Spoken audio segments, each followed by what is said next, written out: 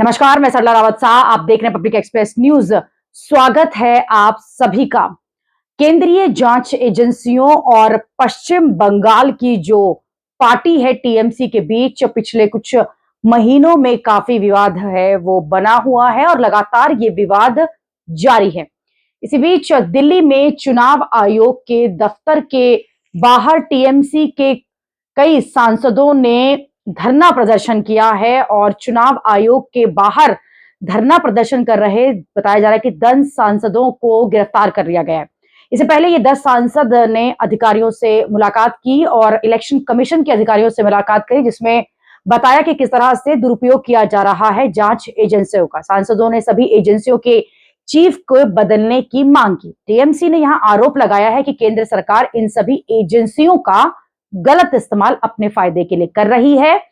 इससे जुड़े अब वीडियोस जो हैं वो सामने आ रहे हैं, उनमें देखा जा सकता है कि टीएमसी नेताओं ने अपने हाथों में केंद्रीय एजेंसियों के विरोध के लिए पोस्टर ले रखे हैं, जिनमें साफ लिखा हुआ है कि किस तरह से वो चाहे ईडी हो, सीबीआई हो या फिर एनआईए हो, इनका इस्तेमाल किया जा रहा है। उनके खिलाफ नारे लिखे हुए हैं। इन एजेंसियों के निदेशकों को बदलने की मांग की गई है। हाल ही में पश्चिम बंगाल में एनआईए की टीम पर हमला हुआ था। एनआईए टीम पर हमले को लेकर भाजपा जो है उसने तंज भी कसा था और कहा था कि जिस तरह से हत्या हो रही है लोकतंत्र की कलकत्ता में, बंगाल में, और वहां टीएमसी के नेता लगातार बीजेपी पर भी और केंद्र की सत्ता जो है उस पर भी आरोप लगा रहे हैं, जिसको लेकर लोकसभा चुनाव से पहले अब इलेक्शन कमीशन के दफ्तर पहुंच गए हैं और मुख्यालय के बाहर धरना प्रदर्शन किया गया है।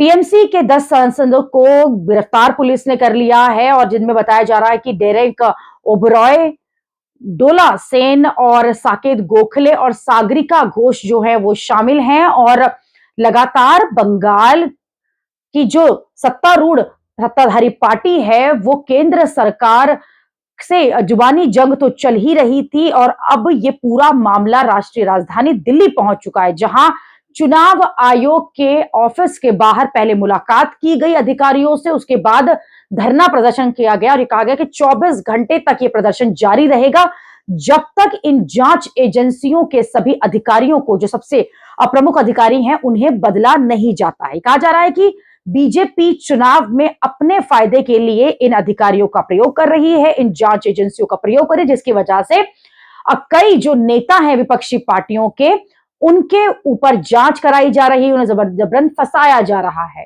इसी को लेकर 10 टीएमसी नेता प्रदर्शन कर रहे थे, जिन्हें अब गिरफ्तार कर लिया है दिल्ली पुलिस ने। अभी के लिए इतना ही। अगली खबर में आपसे फिर होगी मुलाकात। देश और दुनिया की खबरों के लिए आप देखते रहिए, आप जुड़े रहिए पब्लिक एक्सप्रेस न्यूज के साथ। धन्यवाद।